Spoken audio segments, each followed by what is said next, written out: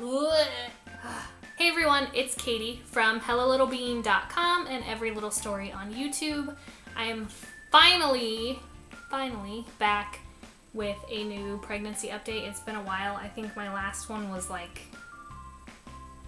I don't know,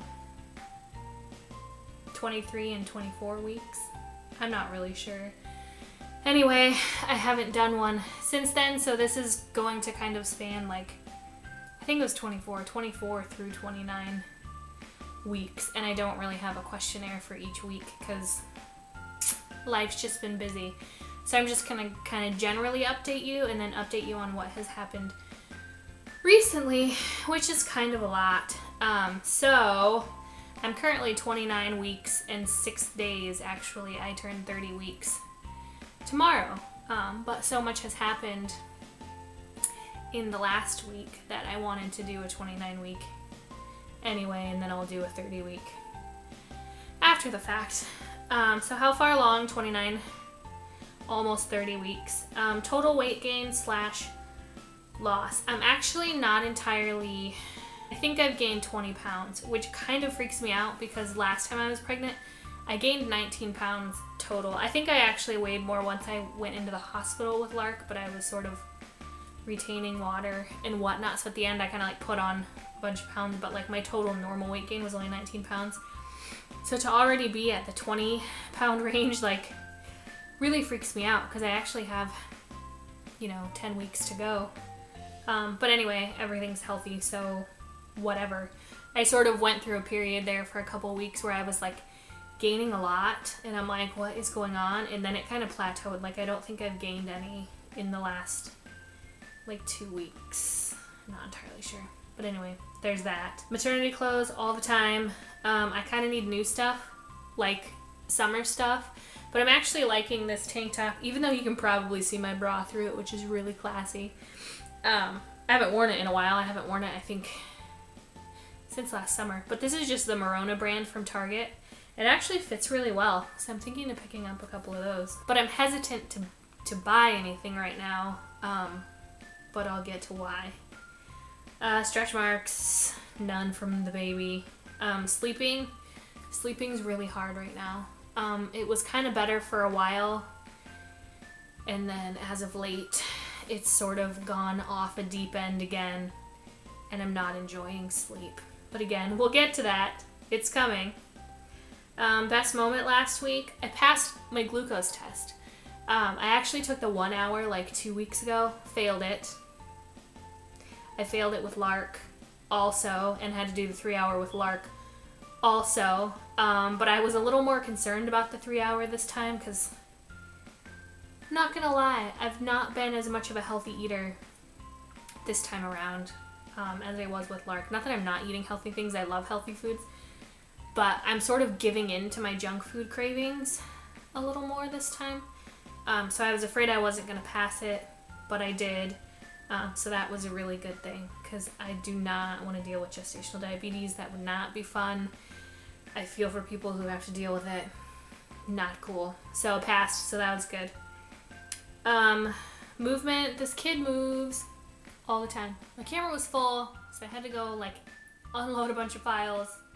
Hopefully I started the right place again. Pretty sure I was on movement. This baby moves a lot. I don't know if it's more than Lark did. It just is different. I don't know if it's because she was small. I don't really know. But the movements with this baby are much more uncomfortable early on. She was very uncomfortable towards the end, but I've been uncomfortable early on with this baby. There was a point where he was much more of a jabber, where like Lark was more of a smooth mover. Well, now he's like moving smoothly, like rolling and turning and twisting, but there are times when it is like legit painful. And I feel a lot of movement in my butt, which is really weird. And I had that with Lark on occasion, but with this baby it's like a lot. Like you feel it in your butt. Like it's weird, okay? It's weird. Really weird. So I get a lot of like lower back pain and achiness. And then there's times where this baby hits my cervix. Like, I don't know if you've heard of the term lightning crotch. It's a real thing. Had it with Lark. I also had that SPD issue with Lark, which is like an issue with the pubic bone. So I got a lot of like shooting and horrible pains with her. But the cervix pain is different this time because it legit feels like there are like arms, legs, whatever, body parts of babies like trying to dig their way out of my uterus. So some days it's like really uncomfortable and I have to like sit way back and try to like hold my stomach up to keep it from being really uncomfortable. So yeah, I'm uncomfortable with movement. Food cravings, nothing real crazy. Still junk food. I just want all the stuff that's bad for me, whether it's fries or donuts. Like, I think I ask for donuts from anybody like once a day. I don't eat them that often, mind you, but I want them that often. So anything that's like really bad for me, it just and no, I don't always eat it. It just happens to be what I want. Gender, yes, we know now. The baby is a boy. Sorry to, ruin the suspense. No, I'm kidding. We posted a gender reveal last week. So yes, the baby is a boy. And I wanted to get into this a little bit because people get really like dramatic and angry at women for having gender preferences, which I get. There's a lot of women out there who can't have babies or who have had miscarriages and like are tragic stories and would do anything to just have a baby regardless of boy, girl, what have you. I totally sympathize with that. Completely. It's heartbreaking. Horrible. But gender preference is a real thing. And we sort of were banking on a girl. We both sort of wanted another girl. I would have really liked for Lark to have a sister.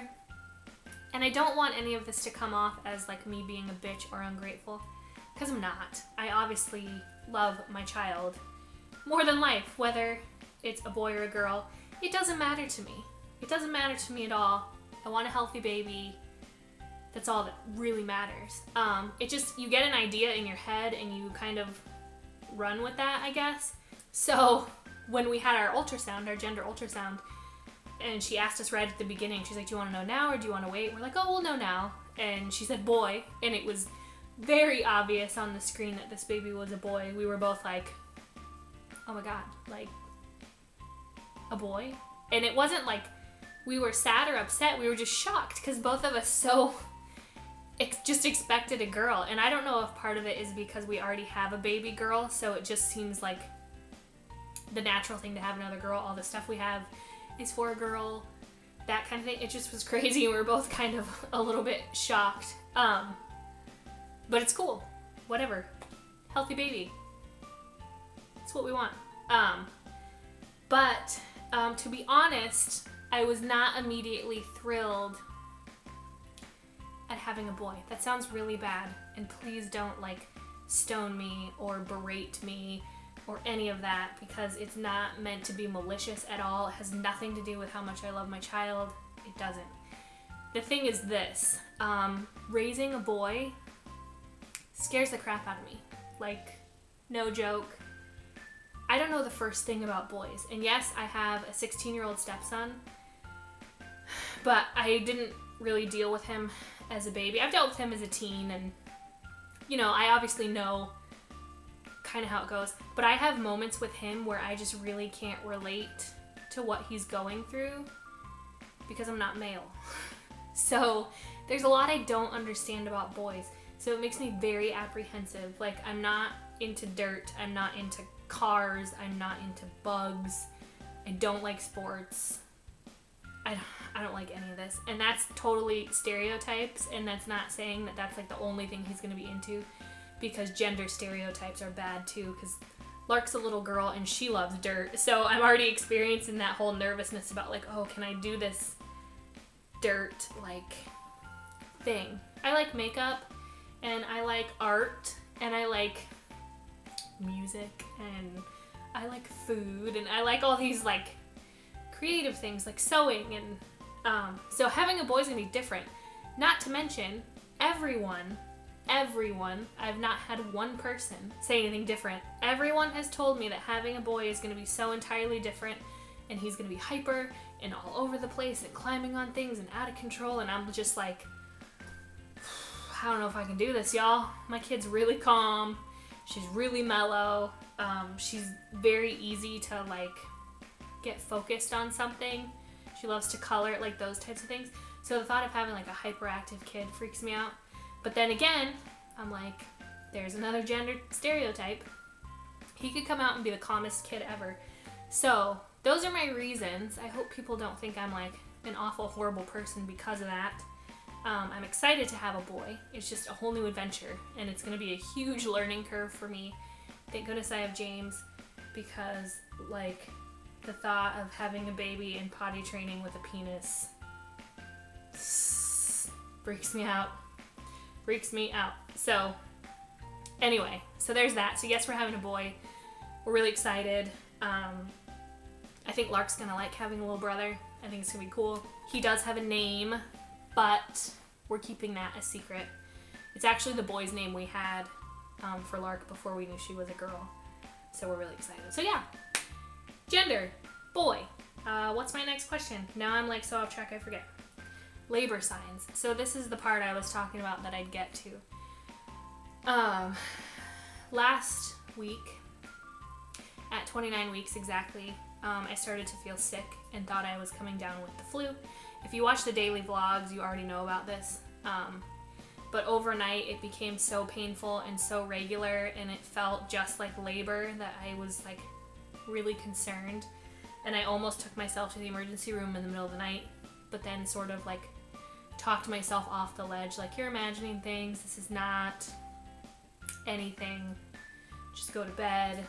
So I went to bed, woke up in the morning, still with the intention of going to work on Friday, but still felt just off and was having pains and all kinds of weird stuff. So I went into the OB. They wanted to see me right away just to make sure.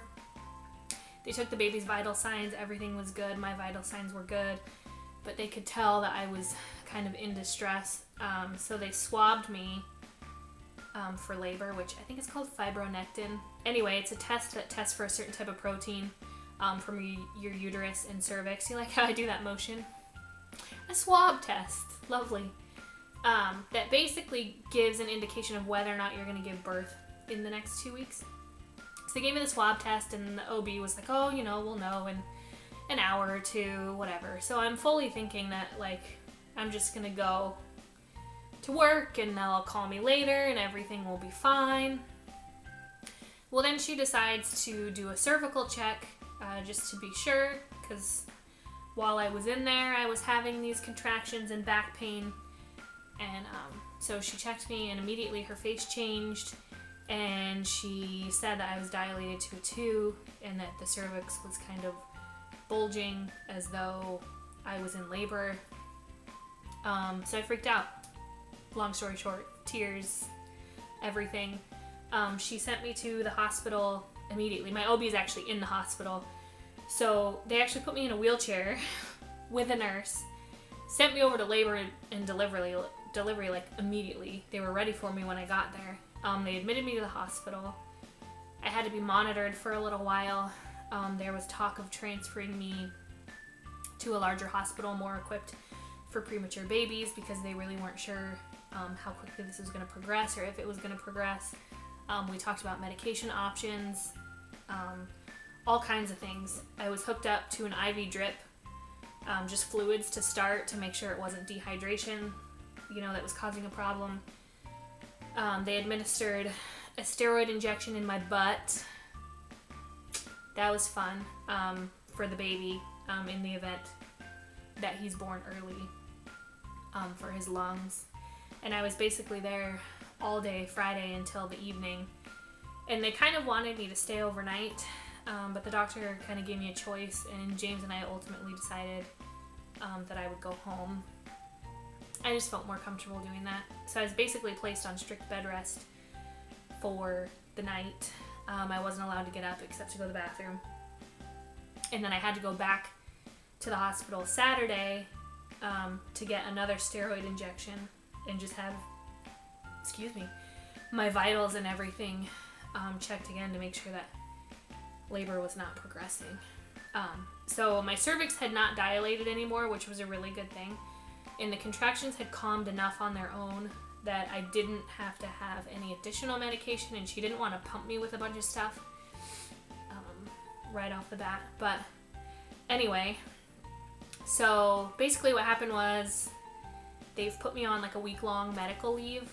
I'm not on like strict bed rest. I mean, they call it bed rest, but I mean, I can get up and go to the bathroom. I can get up. I mean, I have to. I'm here by myself, so I get up and I fix myself a meal or, you know, what have you. So my work's been really good with me. I'm able to work remotely from home, so that helps. But basically, I'm off this week to try to rest and to try to get things to calm down because my uterus is like extremely irritable, and any little thing aggravates it, and when the baby moves it aggravates it, and I get a lot of pain.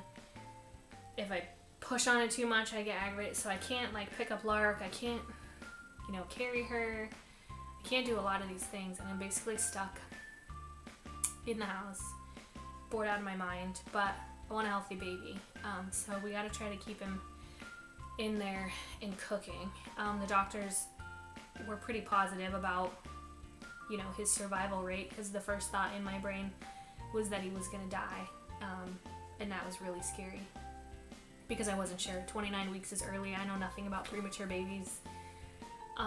It was scary. It was really scary. So I'm trying to get rest and chill out and not, you know, overextend myself.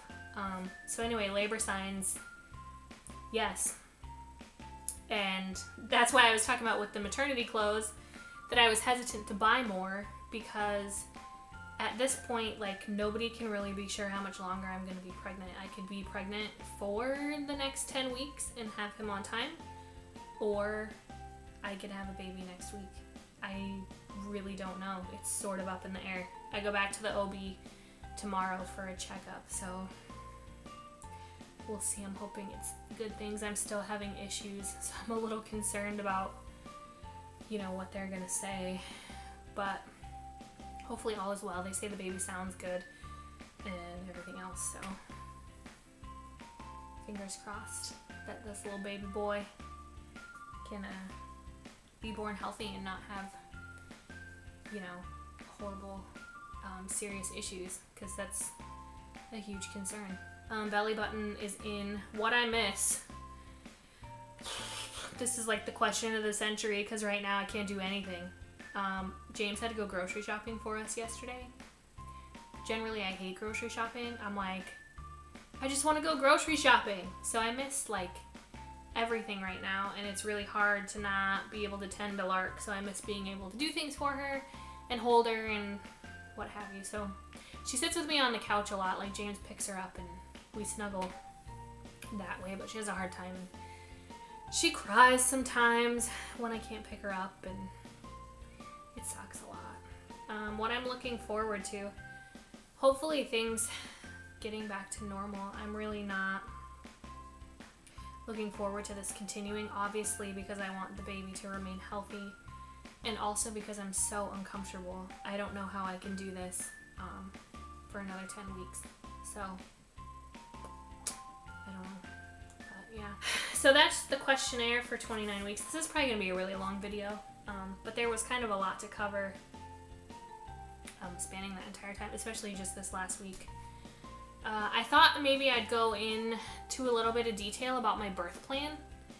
I'm not really a birth plan kind of person. I had zero birth plan when Lark was born, except to deliver a healthy baby, which happened.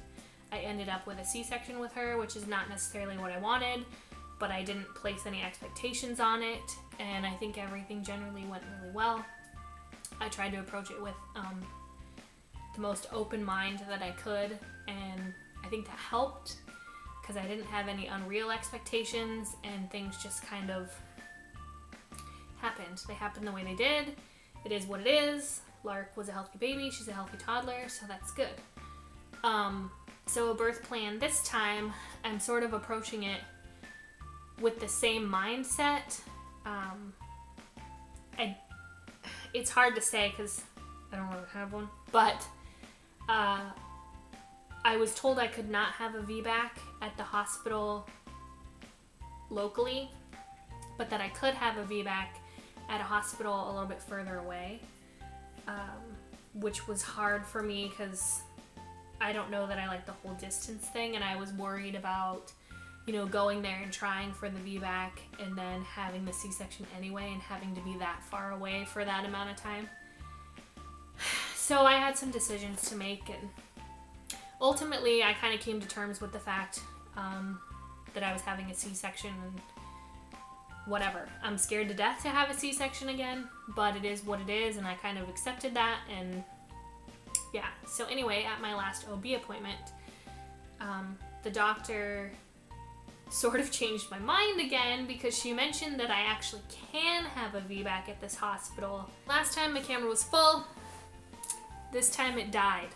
So starting over again. I think I was in the midst of talking about a birth plan, and I was talking about the possibility of a VBAC and how I would have to go to the hospital. Then the doctor, last time I was there, told me that I could in fact have a VBAC here, as long as I was dilated to a certain point, which she felt confident about because of my last labor with Lark. So it kind of changed my mind on things. I was kind of back to that, okay, maybe I can have a VBAC. So basically she put me down tentatively for a C-section near my due date, like closer to my due date, because they were going to schedule it a week out. Now it's closer to my due date, to give me the chance to go into labor on my own and have the possibility of having a VBAC here at home. So I was really excited about that. And then in the same appointment, she felt that this baby is breech. So if you don't know my last labor story, Lark was a C-section after 16 hours of labor because she was breech. And I'm fairly certain she was breech most of my pregnancy, which it's still fairly early. But again, I've already had a breech baby, and the doctor talked about the possibility of it being, you know, my uterus shape or something about my body that kind of accommodates breech babies, because he's been in the same position, not exactly the same, but a lot of the same position that Lark always was. So I don't know, maybe it's just my body. So then the C-section kind of came back to mind, and I was like, well, maybe I'll end up with one anyway. So whatever. After that doctor appointment, I was fairly optimistic about, you know, having a VBAC, but still, you know, open-minded to the whole C-section thing, even though I'm terrified of a C-section again.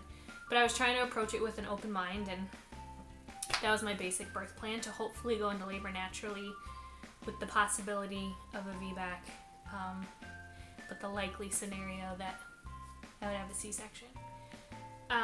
But then, now, things have changed again with the whole premature labor thing, and it being so unpredictable right now, that, you know, should something happen and this baby come early, basically it's a C-section, because it just is, because of, you know, risks for the baby and what have you. So I'm back to the no birth plan thing. Not that I really had a strict one anyway, because I don't really believe in that. I don't like print a sheet of paper with everything that I want to happen. But right now I'm kind of just throwing my hands in the air and letting the universe kind of figure it out, because I don't really know what's gonna happen. I just want this baby to be born at a healthy time, in a healthy way, and I just want to get through this. So my best advice for people who are gonna have a baby, now that I've been through this once and I'm going through it again, have an open mind. Like, don't give yourself unrealistic expectations, because you're just gonna end up disappointed or upset in the end if it doesn't go exactly how you planned. Because I will tell you this, it will not go how you planned. There are so many variables involved in childbirth. Anything can happen. Anything. So approach it with an open mind. That's what I'm trying to do. That's what I did last time.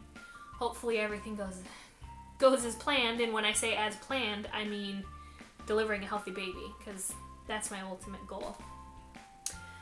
So I guess with that, that is the end of my 29-week pregnancy update. I don't have a standard bump photo for this at the moment, because James and I have not taken one. Things have just been crazy, obviously, so hopefully I can get back to the chalkboard updates. Next time. I'm getting tired. My body's getting tired. I need to go back to resting on my couch. So again, thanks for watching. Thanks for following this little journey with me, even though it's kind of sporadic at times. Life's just a little bit crazy for us. I think that's it for now. Did I say thanks for watching? I don't know, but thanks for watching. I think I did. I don't even know anymore. Anyway, don't forget to subscribe. I'm doing the daily vlogs all through May. You don't want to miss it. I don't know. Sometimes they're really boring. But anyway, I guess I will see you next time.